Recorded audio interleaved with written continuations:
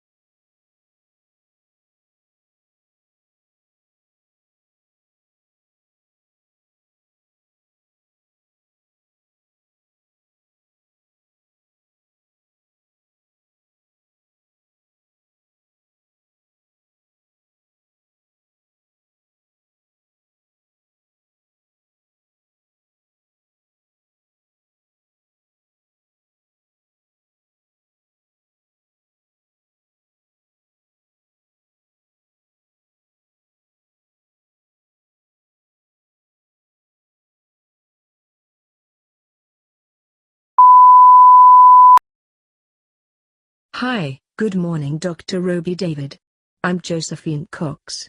Doctor, a huge demand for oxygen has underlined its importance in COVID-19 management. The ongoing second surge in COVID-19 cases has seen a huge rise in the demand for supplemental oxygen. Doctor, when does a COVID-19 patient need oxygen support?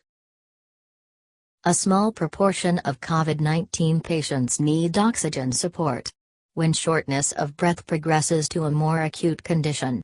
Most patients with COVID-19 have a respiratory tract infection, and in the most severe cases, their symptoms can include shortness of breath. In a small proportion of such cases, this can progress to more severe and systemic disease, characterized by ARDS, acute respiratory distress syndrome. Okay. Well, Dr. Roby, how does COVID-19 trigger shortness of breath? Shortness of breath occurs because of the way COVID-19 affects the patient's respiratory system. The SARS-CoV-2 coronavirus can infect the epithelial cells of the respiratory tract. To fight such an infection, the body's immune system releases cells that trigger inflammation. When this inflammatory immune response continues, it impedes the regular transfer of oxygen in the lungs. Simultaneously, fluids too build up. Both these factors combined make it difficult to breathe.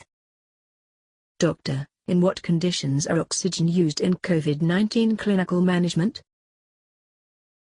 In moderate cases, oxygen therapy is the primary form of treatment. The target is to achieve 92 to 96% oxygen saturation, or 88 to 92%, in patients with chronic obstructive pulmonary disease. Severe cases are defined in three categories: severe pneumonia, acute respiratory distress syndrome, and sepsis. The clinical management protocol recommends oxygen therapy at 5 liters per minute. When respiratory distress, or hypoxemia of the patient cannot be alleviated after receiving standard oxygen therapy, the protocol recommends that high-flow nasal cannula oxygen therapy, or non-invasive ventilation, can be considered. Does a patient always show COVID symptoms when their oxygen levels drop?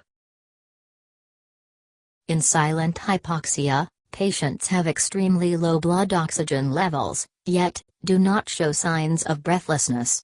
In patients with silent hypoxia, the amount of oxygen carried in our blood, otherwise known as blood oxygen level, is lower than expected, compared to the other vital signs. Silent hypoxia is not usually an early symptom to occur in COVID-19 patients. They frequently arrive at the emergency room for other reasons, such as muscle aches, fatigue, fever, and cough. Typically, when a patient begins to demonstrate silent hypoxia, they already have other COVID-19 symptoms and may be in critical condition.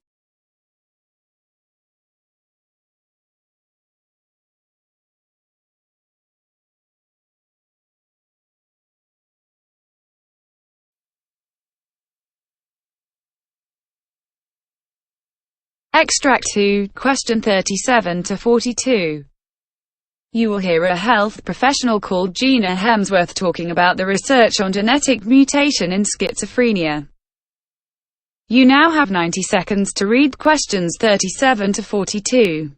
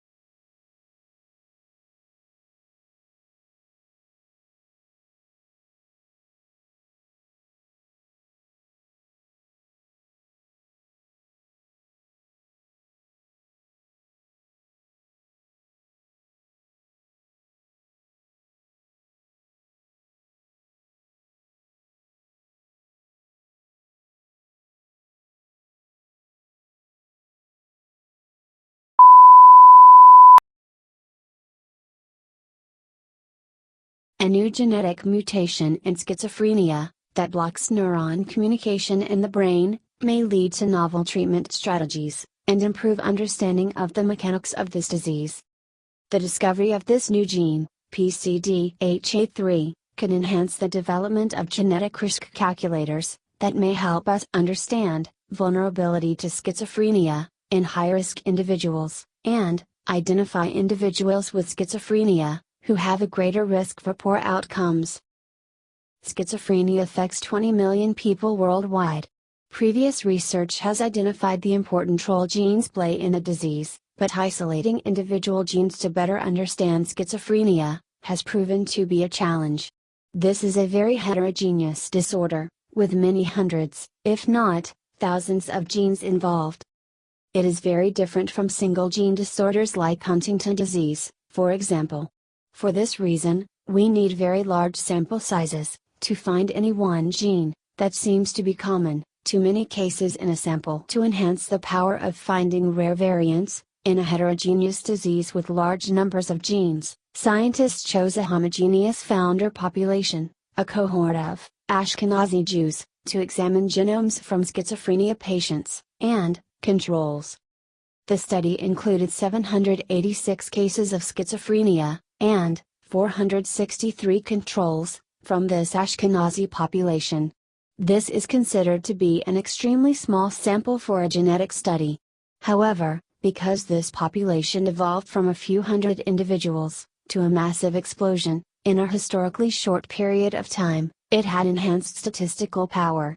In some ways, the genetics of schizophrenia is so complex that every patient worldwide is unique in genetics. That led to his, or her disorder. The goal was to find individual mutations, that might be observed multiple times, across the schizophrenia group. Rare gene found in 5 cases, identified one particular mutation that was repeatedly observed in the cases. That has not been observed in healthy individuals. The PCDHA3 mutation was identified in 3 out of the 786 schizophrenia cases. In another dataset, scientists examined from the Schizophrenia exome sequencing meta-analysis, Schema Consortium, and found it 2 additional times, bringing the total to 5 cases. Schema is a large international consortium of genetics studies in schizophrenia, that contains thousands of cases and controls, some of which are Ashkenazi Jewish cases. Importantly, the mutation was not observed in any controls, in either the Ashkenazi dataset, the Schema dataset, or more than 100,000 other controls, reported in several publicly available genetics databases. PCDHA3 derives from the protocaterin gene family, which generates a unique barcode that enables neurons to recognize and communicate with other neurons. This communication creates a scaffolding of sorts that enables normal brain function. Scientists discovered that the PCDHA3 variant blocks this normal protocaterin function. Among the 786 cases, the investigators found several other genes in the broadcaterin family that had implications in schizophrenia development. The discovery of the PCDHA3 variant adds a level of detail and resolution to this process, pointing researchers toward a specific aspect of synaptic formation that may be aberrant. So the hope is, we're not just learning about these 5 individuals and their synapses. This result is, perhaps, telling us to look very carefully at this aspect of synaptic formation.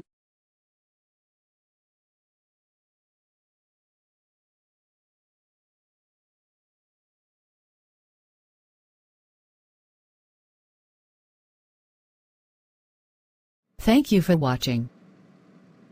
Please, like this video and encourage us.